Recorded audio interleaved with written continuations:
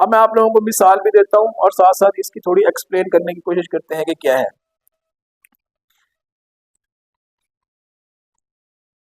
ये आ जाती है जी explanation with example, explanation with example. अब मिसाल के तौर पर देखें, कंपाउंड बहुत सारे होते हैं।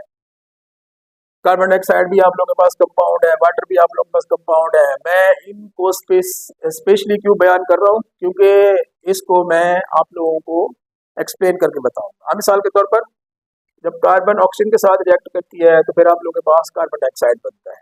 ठीक है, कार्बन आप लोगों के पास एलिमेंट है, ऑक्सीजन भी आप लोगों के पास एलिमेंट है। दो एलिमेंट जब आपस में मिल रहे हैं तो इनके मिलाप से आप लोगों के पास कंपाउंड बन रहा है। तो कार्बन आप लोगों के पास सॉलिड फॉर्म में होता है, ऑक्सीजन गैस है। तो कार्बन डाइऑक्साइड जब मिलती है, तो कार्बन डाइऑक्साइड जब बनती है तो ये आप लोगों के पास एक गैस है। ठीक है जी।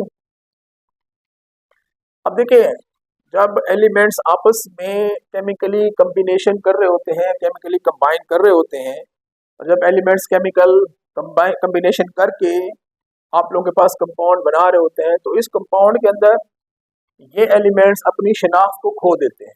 ठीक है, और एक नई शय जो है, नया सब्सटेंस जो है वो वजूद में आता है।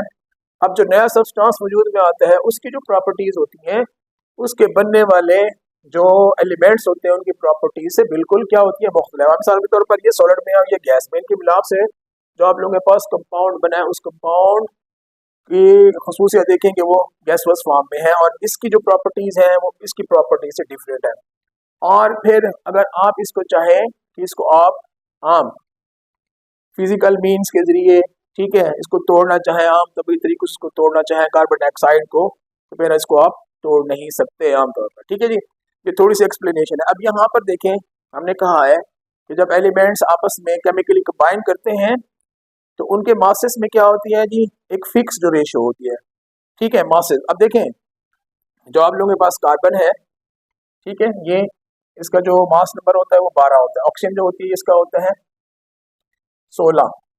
ठीक है, ये मास नंबर और एटॉमिक नंबर आ गया है, ये फिर आप लोगों को बताएंगे। ठीक है, वैसे मास नंबर ये होता है किसी एटम के न्यूक्लियस में मौजूद प्रोटॉन और न्यूट्रॉन की मजमूई तादाद।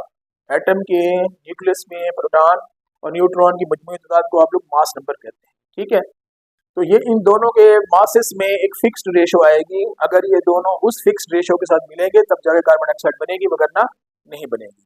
अब मिसाल के तौर पर ये है 12, और ये ऑक्सीजन आप लोगों के पास 2 है। हर एक का जो मास नंबर है वो है जी 16। 16 और 16 कितना हो जाता है जी 32।